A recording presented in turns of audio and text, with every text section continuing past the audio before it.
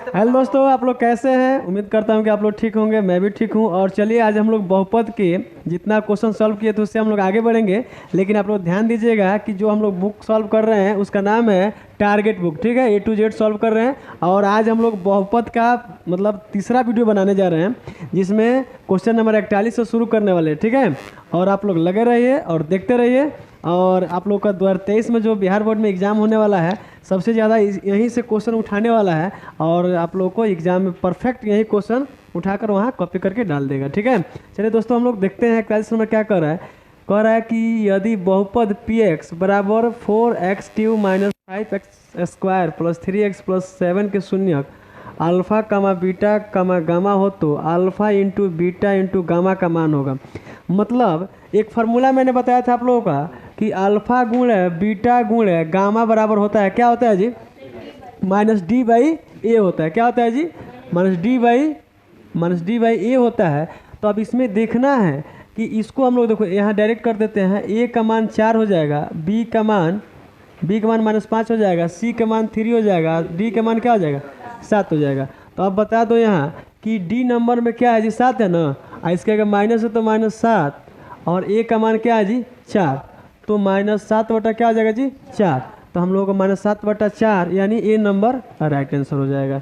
चलिए दोस्तों हम लोग आगे बढ़ते हैं। आगे कह रहा है कि यदि अल्फ़ा कामा बीटा बहुपद x² - 3x प्लस 5 के शून्यक है, तब अल्फ़ा बटा बीटा प्लस बीटा बटा अल्फ़ा। देखो सबसे पहले क्या करना है कि हम लोग बट्टा का जोड़ जो होता है ना, वैसे हम लोग जोड़ेंगे। तो यहाँ क्या हो रहा है? अल्फ़ा इंटू बीटा हम लोग का एलसीएम हो जाएगा।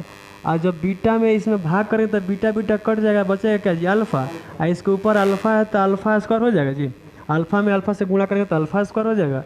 और प्लस जब इसमें भाग करेंगे तो अल्फ़ा अल्फ़ा कट जाएगा, बीटा हो जाएगा। तो बीटा में बीटा से गुणा करेंगे तो क्या हो जाएगा? Beta square. लेकिन ये जानते हो कैसे बनेगा? ईजी वे में भी बन जाएगा, लेकिन थोड़ा सा मैं आगे बता रहा हूँ क्या कि ये alpha square plus beta square यानी एक फार्मूला मैं दिखा रहा हूँ कि अल्फ़ा प्लस बीटा का होल स्क्वायर बराबर होता है अल्फ़ा स्क्वायर आप प्लस बीटा स्क्वायर आप plus 2 into alpha into beta होता है ना जी। इतना बात हो गया। अब क्या करना है कि अल्फ़ा प्लस बीटा यानी सबसे पहले इसमें से मान निकालेंगे। ठीक है, तो अल्फ़ा प्लस बीटा का मान क्या होता है? -b/a होता है जी। क्या होता है? अल्फ़ा प्लस बीटा बराबर -b/a होता है। अब बताओ इसमें हमने a का मान क्या दिया जी? 1 दिया है, और b का मान -3 दिया है, और c का मान क्या दिया है? 5। तो बताओ -b/, तो -b का मान -3 है ना जी। और माइनस प्लस हो जाएगा, a का मान 1 हो जाएगा, तो क्या हो जाएगा जी? 3 हो जाएगा। यहाँ हो जाएगा ना जी। अल्फ़ा इंटू बीटा का मान होता है c/a, और c का मान यहाँ क्या दिया है? 5, और a का मान दिया 1, तो 5 हो जाएगा। हो जाएगा जी। अब बताओ यहाँ अल्फ़ा प्लस बीटा का मान क्या दिया है? 3 ना। तो 3 का होल स्क्वायर करो। ठीक है, और alpha square plus beta square plus 2 alpha into beta का मान क्या निकला है? 5 गुणे 5, ये 3 3 9 हो जाएगा। Alpha square plus beta square 5 गुना क्या हो जाएगा जी? 10। और 10 को जब हम इधर लाएंगे तो 9 माइनस क्या हो जाएगा? 10। Alpha square plus beta square आई घटेगा तो क्या हो जाएगा? -1। यानी alpha square plus beta square का मान कितना निकल गया जी? -1। और नीचे निकला है अल्फ़ा इंटू बीटा, तो अल्फ़ा इंटू बीटा का मान क्या निकला है जी? 5। तो ऊपर हो जाएगा -1, और नीचे क्या हो जाएगा जी? 5। यानी -1 का बटा क्या हो जाएगा? 5। इसमें -1 का बटा 5 हमारा सी नंबर राइट आंसर हो जाएगा। चलिए दोस्तों हम लोग आगे बढ़ेंगे, तब तक इसको हम साफ कर दे रहे हैं, तब आगे हम लोग बढ़ रहे हैं। आगे क्या कह रहा है कि भाग एल्गोरिथम से, यानी ये हम लोगों का वास्तविक संख्या से क्वेश्चन उठाया हुआ है, लेकिन इसको हम लोग सॉल्व करेंगे कि भाग एल्गोरिथम से px बराबर gx गुणे qx प्लस rx, मतलब इसको बोलते हैं भाज्य बराबर भाजक गुणे भागफल प्लस शेषफल, जहाँ px नॉट इक्वल 0 भाजक हो तो निम्नलिखित में कौन सही है। मतलब इस सही का मतलब ये अभी यहाँ दिखा रहे हैं, देखना है कि अभी हम लोग चलते हैं पहले हिंदी लैंग्वेज में। इसको बोलते हैं भाज्य, इसको क्या बोलते हैं जी? भाज्य। इसको बोलते हैं भाजक, इसको बोलते हैं कि भागफल, इसको बोलते हैं शेषफल। अच्छा अभी देखो, अभी जो दे रहा है वहाँ बता रहा हूँ। देखो px का मतलब हो जाता है कि ये भाज्य हो गया ना जी, और gx का मतलब होता है यानी भाजक। क्या हो जाएगा जी? भाजक। और भागफल का मतलब होता है यानी QX हो गया ना जी, और शेषफल का मतलब होता है RX हो गया ना। अब देखना है तो इसमें क्या क्या होता है ये बताओ। कभी भी इससे ये छोटा होगा भाजक कि नहीं, भाजक छोटा होगा कि नहीं होगा, ये बड़ा होता है ये छोटा होता है, लेकिन इससे छोटा ई होता है कि नहीं होता है, इससे बड़ा ई होता है कि नहीं होता है, इससे बड़ा ई होता है कि नहीं होता है, लेकिन इसका कोई गारंटी नहीं होता है कि क्या होगा क्या नहीं होगा, कभी एक आएगा कभी जीरो आएगा कभी कुछ आएगा, आएगा ना जी। लेकिन यहाँ ध्यान दो, कह रहा है कि RX का घात QX की घात का मतलब इससे बड़ा QX होगा जी। कभी भी इससे बड़ा QX हो सकता है, नहीं हो भी सकता है और नहीं भी हो सकता है। तो पहला ऑप्शन हमारा क्या हो गया, गलत। दूसरा ऑप्शन कह रहा है कि RX का घात GX मतलब इससे बड़ा GX हो सकता है, किस इससे बड़ा GX हो सकता है ना जी, एकदम परफेक्ट है। कभी भी इससे बड़ा ये हो सकता है, लेकिन इससे छोटा ई होगा, इससे बड़ा ई होगा, लेकिन इससे कभी भी बड़ा RX नहीं हो सकता है। शेषफल कभी बड़ा होगा जी, नहीं होगा, तो इससे बड़ा ई होगा। लेकिन अभी और आगे चलते हैं, इसको भी रखे हुए हैं, थोड़ा आगे देख लेते हैं। GX का PX का गुणनखंड अवश्य होगा, इसका कोई गारंटी नहीं है। PX और GX का गुणनखंड होगा, इसका कोई गारंटी नहीं है। तो हमारा आंसर क्या हो जाएगा जी, बी नंबर राइट आंसर हो जाएगा। समझ में आया ना जी। अब चलो दोस्तों आगे बढ़ते हैं। आगे कह रहा है कि यदि बहुपद x² plus AX minus B के शून्य एक दूसरे के व्युत्क्रम हो तब, इसको ध्यान देना है क्योंकि बहुत इंपॉर्टेंट क्वेश्चन है, ठीक है। और ये NCERT बुक में नहीं दिया है, लेकिन ये टारगेट बुक में दिया हुआ, तो हम लोग इसको सॉल्व करेंगे। कह रहा है कि AX² plus AX minus B के शून्य के एक दूसरे के व्युत्क्रम हो तब। अच्छा, व्युत्क्रम कब होगा जी, अल्फा का व्युत्क्रम क्या होगा, 1/α हो जाएगा। उल्टा मतलब अल्फा का व्युत्क्रम क्या होता है जी, 1/α। ए का व्युत्क्रम क्या हो जाएगा, 1/a होता है जी। आज तब कहता है एक दूसरे के व्युत्क्रम पे, यानी जब गुणा करेंगे तो हमारा क्या हो जाएगा, एक हो जाएगा कि नहीं हो जाएगा। बता रहे हैं कैसे एक हो रहा है कि ये कट जाएगा तो एक हो जाएगा, ये कट जाएगा तो क्या हो जाएगा, एक हो जाएगा जी। तब कहता है कि b का मान ज्ञात करना है। तो आप लोग पढ़े होंगे कि मूलों का गुणनफल होता है, मूलों का गुणनफल का मतलब होता है कि मतलब अचर पद बटा होता है x² का क्या जी, गुणांक। x² का क्या होता है, गुणांक होता है, ठीक है। अब बताओ इसका गुणनफल क्या होता है जी, एक होता है ना जी। कोई भी संख्या लेंगे उसका गुणनफल क्या होगा, कोई भी संख्या है उसका व्युत्क्रम का गुणनफल करेंगे तो हमारा आंसर क्या हो जाएगा जी, एक हो जाएगा। और अचर पद का मतलब होता है कि जो संख्या है वही का वही, जैसे एक है अचर पद है, दो है अचर पद है। अभी हम दिखा रहे हैं यहाँ x² आप प्लस 5x आप प्लस 6 में, इसमें अगर ढूंढा जाए कि अचर पद कौन है तो अचर पद हमारा क्या हो जाएगा जी, 6 हो जाएगा। अगर वो ये देखो ये हमारा चर पद है, x y z a b c कुछ भी शब्द ले लो, कोई भी अंक ले लो, मतलब ये संख्या ले लो, ये हमारा अचर पद होता है। लेकिन अगर संख्या में चला जाए 1 2 3 सब क्या है, हमारा अचर पद है। इसमें हम देखेंगे कि इसमें अचर पद हमारा यानी इसमें कोई x y z नहीं ना जी, क्या है जी, माइनस b है, क्या है जी, माइनस b है। और x² का गुणा क्या, x² यहाँ ना जी, इस किससे गुणा किया होगा जी, एक से, तो यहाँ बट्टा में क्या हो जाएगा एक, इसमें गुणा करेंगे तो एक हो जाएगा, बराबर में माइनस b हो जाएगा, ये माइनस इसके आगे लग जाएगा तो b बराबर हो जाएगा -1। इसमें हमारा परफेक्ट यानी राइट आंसर क्या हो जाएगा जी, b। बहुत इंपॉर्टेंट क्वेश्चन है, हो सके तो इस बार यही क्वेश्चन पूछा जाएगा, ठीक है। चलिए हम लोग आगे बढ़ते हैं। आगे क्या कह रहा है, आगे कह रहा है कि यदि बहुपद x² plus AX minus B के शून्य के बराबर किंतु विपरीत हो तो a का मान ज्ञात करना है। अच्छा, a का मान हम लोग कैसे ज्ञात करेंगे, मतलब शून्य का मतलब यही होता है ना जी कि a माइनस a बराबर क्या हो जाएगा जी, 0 हो गया ना, क्योंकि a में से a घटेगा तो 0 हो जाएगा। आई बोलता है कि यहाँ दे दिया है x² और प्लस AX माइनस B दिया हुआ है, तो हम लोग जानते हैं कि मूलों का योगफल होता है, मूलों का योगफल का मतलब होता है अल्फा प्लस बीटा होता है जी। तो इसमें कह रहा है शून्य होना चाहिए, तो अल्फा अब माइनस क्या कर लेंगे जी, अल्फा, क्यों कि शून्य का मतलब होता है अल्फा में से अल्फा घटेगा तो क्या हो जाएगा जी, 0। इसका फार्मूला बराबर 0 होता है, बराबर माइनस b बाई होता है ना जी, होता है ना जी। अब बताओ यहाँ 0 बराबर माइनस b, और a का मान हम लोग को देखना है, a का मान यहाँ क्या दिया जी, a का मान दिया है क्या है 1, तो बट्टा में क्या हो जाएगा जी 1, ये नहीं दे रहा है जी, तो माइनस b बाई a, तो इसका मान दिया था, b का मान दे दिया है 1, b का मान क्या दिया है 1, b का मान क्या दिया जी 1, तो यहाँ b का मान 1 दिया है और इसका होता है ax, और हाँ तो इसको हम लोग ऐसे भी कर सकते हैं, थोड़ा सा इसको बैक कर रहे हैं, थोड़ा सा बैक कर रहे हैं, अभी उसको काट देंगे। मतलब इतना होता है कि अल्फ़ा माइनस अल्फ़ा बराबर 0, ये होता है माइनस बी बाई ए। तो माइनस बी का मतलब हो जाता है यहाँ माइनस बी ना जी, ये ना करते हैं जी। तो माइनस बी का मतलब ए या बी सी है ना जी, तो माइनस बी यही ना है हमारा। तो माइनस बी की जगह पर क्या है, ए है। तो यहाँ क्या लिखेंगे जी, 0 बराबर ये माइनस बी की जगह पर क्या लिखेंगे, ए। क्यों, क्योंकि बी नंबर स्थान पे है। अब बट्टा में ए का मतलब हो जाता है, ए का मतलब पहला नंबर है, इसके जगह पर क्या है, 1 है। तो यहाँ लिखेंगे 1। अब बताओ इसमें गुणा करेंगे तो क्या हो जाएगा, 0 माइनस ए, इधर आएगा तो हो जाएगा ए बराबर 0 के आगे माइनस आएगा तो कोई दिक्कत नहीं ना जी, क्या आ जाएगा जी, ए। समझ में आया ना अच्छा से ना। तो ये हमारा इसमें आंसर क्या हो जाएगा जी, डी नंबर। ठीक है, और चलिए दोस्तों हम लोग आगे बढ़ते हैं। कह रहा है कि यदि किसी द्विघात बहुपद x square minus 2x plus 5 बराबर 0 के मूल अल्फ़ा का बीटा होता है अल्फ़ा प्लस बीटा। देखो अल्फ़ा प्लस बीटा का एक फार्मूला होता है जिसका होता है माइनस बी बाई क्या होता है जी, ए। अब इसमें हम बता दिए, हमेशा बताते रहता हूँ कि ए बराबर क्या हो जाएगा, 1, एक्स है तो क्या है 1 है। अब बी बराबर -2 हो जाएगा, माने इसके आगे को लेना है, माइनस है तो माइनस लेना है। और सी बराबर क्या हो जाएगा जी 5।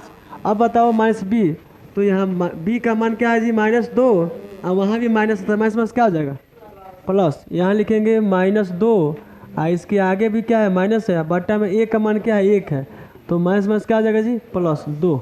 इसका आंसर क्या हो जाएगा जी 2, यानी यही हमारा क्या हो जाएगा राइट आंसर हो जाएगा। उसी प्रकार अगला कह रहा है कि यदि बहुपद x square plus 7x plus 10 के शून्य का अल्फ़ा का बीटा हो तो अल्फ़ा गुणे बीटा। तो यानी अल्फ़ा गुणे बीटा का मान होता है, यानी फार्मूला हो गया सी बाई क्या होता है जी ए। ऐसे बताओ इसमें ए का मान दिया है 1, और बी का मान दिया है 7, और सी का मान दिया है 10, अब बोला है सी बाई ए, तो सी का मान ये है, ए का मान क्या है 1 है, यानी 10/1 बराबर क्या हो जाएगा जी 10। इसमें इसका आंसर क्या हो जाएगा जी ए नंबर, यही हमारा राइट आंसर हो जाएगा। उसी प्रकार अगला हम लोग पढ़ रहे हैं, यदि द्विघात बहुपद के शून्यकों का योग, शून्यकों के योग का मतलब क्या होता है अल्फ़ा प्लस बीटा, और गुणनफल का मतलब क्या होता है अल्फ़ा गुणे बीटा, यानी दे दिया इसका मान 2 दिया है ना जी, तथा 15 यानी -15 इसका मान दे दिया। तो कहता है तो बहुपद है, तो देख लो यहाँ मैं हमेशा बताता हूँ कि इसका फार्मूला ऐसा होता है कि x square minus alpha plus beta into x plus alpha गुणे क्या होता है बीटा। अगर ऐसा मान दिया हो तो हम लोग ऐसा ही निकालेंगे, कोई दिया हो कि योग और गुणनफल दिया हो ऐसे ऐसे दिया रहेगा तो हम लोग इस फार्मूला पर बैठाएंगे। देखो x square minus alpha plus beta का मान क्या दिया है 2, लास्ट में क्या दिया जी एक्स, प्लस है ना जी, लेकिन अल्फ़ा गुणे बीटा का दिया -15 दिया ना जी, तो -15 लिख लेंगे। तो x square minus x minus plus गुणा करेंगे तो क्या -15, यानी देखो x square minus 2x minus 15 किस में है, तो यानी बी नंबर ऑप्शन में है ना जी, यही हमारा राइट आंसर हो जाएगा। उसी प्रकार हम लोग आगे बढ़ेंगे। कह रहा है यदि ax³ plus bx² plus cx plus D हो तो त्रिघात बहुपद का एक शून्य है, तो इसके दो अन्य शून्यकों का गुणनफल क्या होगा। तो देखो अन्य शून्यकों का गुणनफल का मतलब ये होता है कि एक होता है अल्फ़ा गुणे बीटा गुणे क्या होता है गामा होता है, ये ना होता है जी, अल्फ़ा गुणे बीटा गुणे गामा का फार्मूला होता है माइनस डी बाई क्या होता है जी ए। एगो alpha into beta plus beta into gamma plus gamma into क्या होता है अल्फ़ा बराबर क्या होता है जी सी बाई ए। तो कहता है कि दो अन्य शून्यकों का गुणनफल, तो दो अन्य शून्य का गुणनफल क्या हो जाएगा जी, जैसे एगो ई हो गया तो माइनस डी बाई ए होता है, और दो अन्य शून्य का गुणनफल क्या हो जाएगा कि सी बाई ए होता है। लेकिन इसमें पूछा तो क्या पूछा है शून्य है, तो इसके दो अन्य शून्यकों का गुणनफल क्या होगा, तो दो शून्यकों का गुणनफल क्या हो जाएगा जी सी बाई ए, क्या होता है जी सी बाई ए, तो यही ना हमारा आंसर हो जाएगा जी। तो ये राइट इसका आंसर हो जाएगा क्योंकि दो अन्य गुणनफल हमारे यही है ना। चलिए हम लोग आगे बढ़ते हैं। आगे क्या कह रहा है कि P का मान जिसके लिए बहुपद x³ plus 4x² plus px plus 8 पूर्णतः x माइनस 2 से भाज्य है, तो भाज्य है, बोला P का मान ज्ञात करना है। तो देखो P का मान ज्ञात करने के लिए क्या करना पड़ेगा कि नहीं x बराबर क्या दे दिया जी, इधर जाएगा तो क्या जाएगा 2 हो जाएगा ना जी। अब इसमें हम लोग पुट करेंगे ना जी, तो यहाँ पुट करो तो x का क्यू करेंगे तो मतलब x का क्यू का मतलब 2 का क्यू क्या होगा, 2 दूना 4 दूना क्या हो जाएगा 8 प्लस ये हो जाएगा 2 दूना 4 और 4 चौका क्या हो जाएगा 16 प्लस P एक्स का मान क्या दिया है 2 और प्लस क्या देगा 8। ये 8 8 16, 16 16 32, यानी 2 इसको गुना करेंगे तो 2p हो जाएगा और प्लस क्या आ जाएगा जी 32। अब देखो 2p आई बराबर में 32 जाएगा तो -32 हो जाएगा जी, आई कट जाएगा तो क्या आ जाएगा -16। तो यानी इसका आंसर क्या आ जाएगा जी -16, लेकिन इसमें दिया है 16, यानी यहाँ -16 देना चाहिए लेकिन दिया हुआ है क्या 16, लेकिन यहाँ -16 इसका राइट आंसर हो जाएगा, यही हमारा क्या हो जाएगा डी, उसमें -16 ही हम लोग का राइट आंसर हो जाएगा। चलो अगला क्वेश्चन कह रहा है 53 नंबर, यदि f(x) बराबर 2x² प्लस 6x माइनस 6 का शून्यक अल्फा कामा बीटा है तो ये दिखाना है। अच्छा तो सबसे पहले इसको सॉल्व करेंगे ना जी, तो सॉल्व करेंगे तो इसमें हम पहले लिख देते हैं a बराबर, तुमने बता दो क्या लिखा है, a बराबर 2 हो जाएगा, अब b बराबर क्या हो जाएगा जी 6, c बराबर क्या हो जाएगा जी -6, तो अल्फा प्लस बीटा बराबर क्या होता है -b/a होता है ना जी। अब जब -b/a होता है तो इसका मान पुट कर दो, क्या है b का है -6 और a का मान क्या है जी 2, इसको कटा देगा तो -3 हो जाएगा। उसके बाद से अल्फा इंटू बीटा बराबर होता है c/a, तो c का मान क्या है -6 और a बराबर क्या है जी 2 और कटेगा तो क्या हो जाएगा -3। अब इसमें जानते हो क्या करना है, देखना है। अच्छा पहला ऑप्शन दे रहा है अल्फा प्लस बीटा का मान क्या आएगा जी -3, अल्फा इंटू बीटा का मान क्या आ गया -3, ये दोनों बराबर है जी, तो ये पहला ही आंसर हमारा हो गया जी, हो गया ना जी। आगे देखने की जरूरत नहीं, आगे देखने की जरूरत भी नहीं है, कहाँ नहीं है माइनस,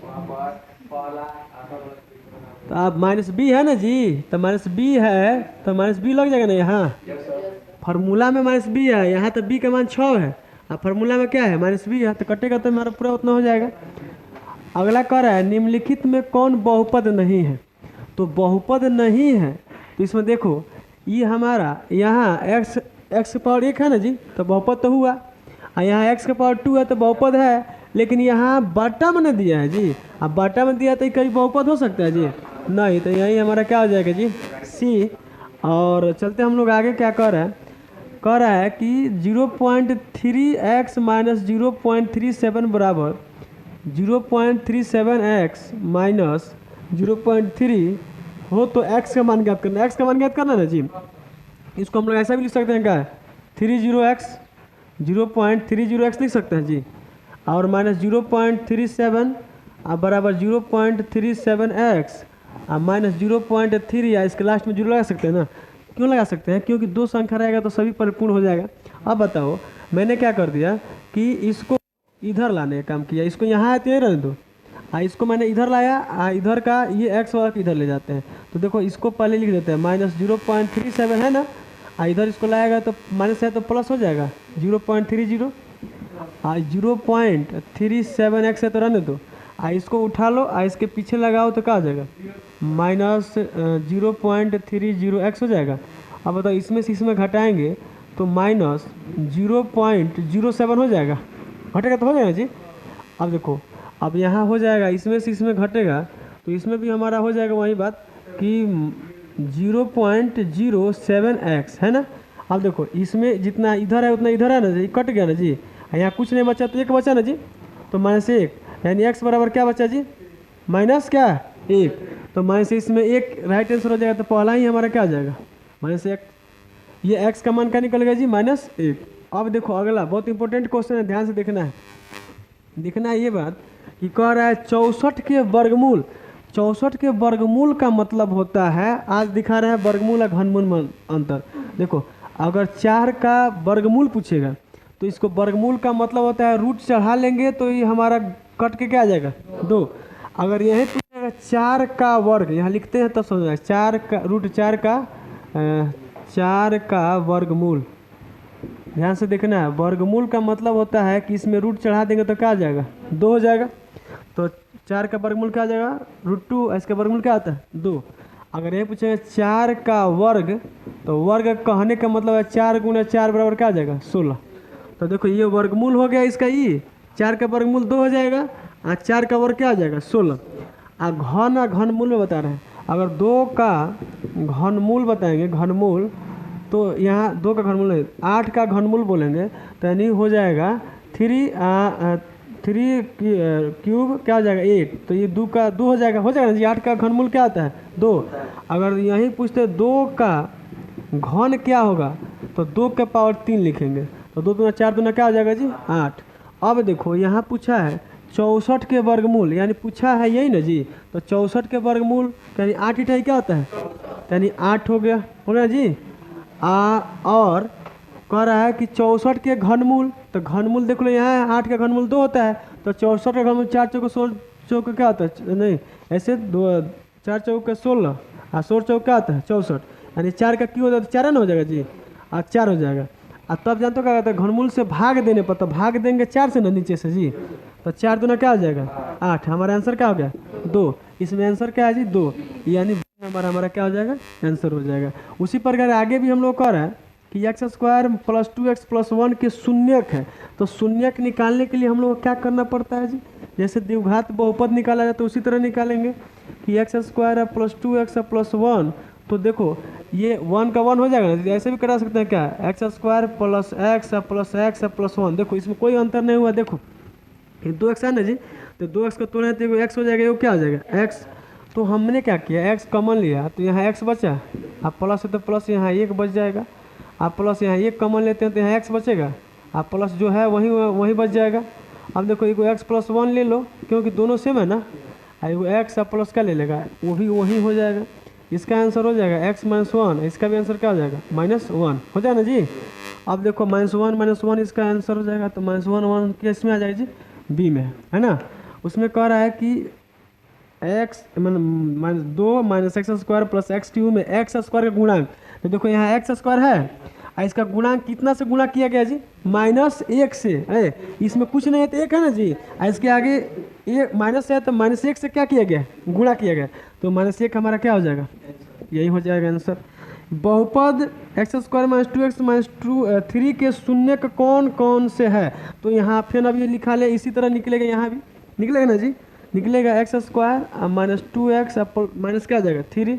अब बताओ हमको किसी तरह 3 लाना है, तो ऐसे भी कर सकते हैं क्या, एक्स स्क्वायर और 3x आप प्लस एक्स कर सकते हैं जी, इसमें से इतना घटाएंगे तो इतना हो जाएगा, और इसमें से गुणा करेंगे तो 3 हो जाएगा ना जी, और माइनस क्या आ जाएगा 3, ये x आप कॉमन लेंगे तो यहाँ x और यहाँ हो जाएगा -3, आप प्लस यहाँ 1 कॉमन लेते हैं तो यहाँ x माइनस क्या आ जाएगा 3, देखो ये है ये सेम आ गया ना जी। अब देखो इसमें से ये को ले लो, और इसमें से क्या करना है x प्लस 1 हो जाएगा ना जी, इसको करेंगे बराबर में तो x बराबर क्या आ जाएगा 3, और इसमें करेंगे तो -1 हो जाएगा, यानी 3 और -1 इसका राइट आंसर हो जाएगा। 3 और -1 जो है ये बी नंबर है, और बी नंबर राइट आंसर हो जाएगा। एक द्विघात बहुपद लिखिए जिसका शून्य का 2 और 6 है। अभी देखो मैंने बताया था कि द्विघात बहुपद के लिए शून्य लिखने के लिए यही ना फॉर्मूला है, x square minus alpha plus beta into क्या आ जाएगा एक्स प्लस क्या आ जाएगा अल्फा इंटू बीटा। अब बताओ तो इसमें तो हमारा एक्स स्क्वायर तो रहबे करेगा, हमारे से अल्फा इंटू बीटा क्या है 2 है, तो 2x हो जाएगा, और ये हो जाएगा अल्फा इंटू बीटा, तो 6 दिया है, मैंने 6 दिया ना, यहाँ प्लस है तो -6 हो जाएगा। लेकिन हमको इसमें देखना है ये क्या कर दिया है, बढ़ा दिया है, तो बढ़ाने का मतलब ये है कि एक्स स्क्वायर आई 2x को कर दिया है 4x हो जाएगा, इसको कर देगा 12, यानी तो 12 हो गया ना जी, 2 इसमें बढ़ाया तो 2 इससे गुणा करेगा ना जी, तो 2 से गुणा करेगा तो क्या करेगा, ये हो जाएगा 4x, यानी x square minus 4x minus 12, यानी किस में आ रहा है जी डी नंबर, यही हम लोग क्या आ जाएगा जी राइट आंसर।